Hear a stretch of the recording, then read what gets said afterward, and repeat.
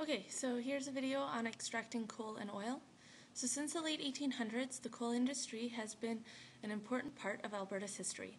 For more than a century, coal has been the main energy source for the Canadian Pacific Railway and most of Alberta's industries.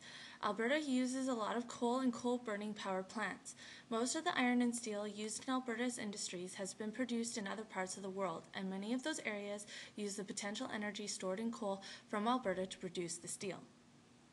So mining coal. Coal forms in flat layers and, depending upon the area in which the layers occur, as thick beds or long seams. Over millions of years, these beds and seams of rock have been folded and deformed, and in order to mine coal, miners look for a seam or a bed of coal. So deposits close to the surface of the earth are often quarried in much the same way as sand and gravel are quarried. Coal quarries are often called open pit mines. Deposits are deep below the Earth's surface, are dug using a network of underground rooms and tunnels. Machinery cuts the coal and conveyor belts and lifts it into the surface. Oil. 100 years ago, crude oil was used to make kerosene, which is a fuel for lamps and stoves. Today, crude oil is the world's most important source of energy. In Alberta, the drilling of crude oil dates back to 1914, in the year that a miner noticed oil seeping from the ground on a farm near Turner Valley. He then purchased the land and the mining rights and started drilling. This discovery of oil has made Alberta a major producing area. Today, the province exports energy to the rest of Canada and to the United States. One problem is that mining crude oil is knowing where to drill. So searching for oil.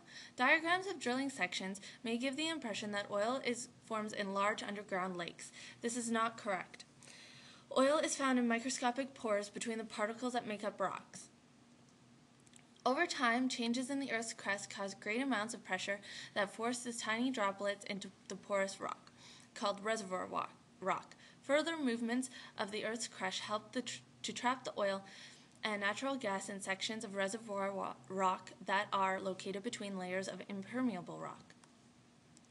Geologists use a number of techniques to determine the location of potential oil and natural gas reservoirs. One of the most common is called seismic survey. So during a seismic survey, shock waves of compressed air guns, thumper trucks, or explosives are sent through the layers of the Earth's crust. The returning sound waves reflect off rock, and they are detected by sensitive equipment that used to create images of the underground rock layers. Geologists interpret these images and other data looking for the structures that may contain oil and natural gas.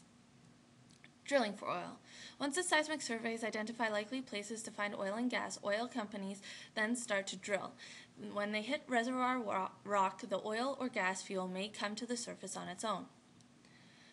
The oil is removed from the reservoir, however, the pressure of the oil drops. In these cases, a pump is installed to bring the oil to the surface. In most cases, a pump jack is installed, and in some cases, we have a lift pump. Refining oil. Once crude oil is extracted from the ground, it is refined to make many different products. This is done by a process called distillation. Distilling allows people to separate materials which have low boiling points from those with higher boiling points. So when the oil is refined, it goes into a distillation system and undergoes a process called fractal distillation. Heavy lubricants such as motor oil and kerosene are separated from the lighter liquids such as gasoline and naphtha. Natural gas. Until a few decades ago, when natural gas was found while drilling for oil, it was simply burned off and wasted. Back then, the natural gas was difficult to control, and oil was easier to control and transport. Today, there are pipelines across Canada that transport natural gas. In addition, trucks and ships have been developed so they can transport more safely. As a result, the thermal potential of natural gas is used to heat homes and run industries. Natural gas pipelines run to towns and cities thousands of miles from the wells. These deliver natural gas directly to the consumer, including homes, schools, and factories. Natural gas is a popular fuel because it causes less pollution than either coal or gasoline, and in addition, it provides immediate heat, making it excellent for cooking. Like other fossil fuels, natural gas is burned and stored energy is transformed to thermal energy for heating or cooking. The energy of natural gas can also be used to generate electric energy and provide thermal energy for those in some factories. Recent vehicles have also been developed to run on natural gas, other than gasoline. Thank you.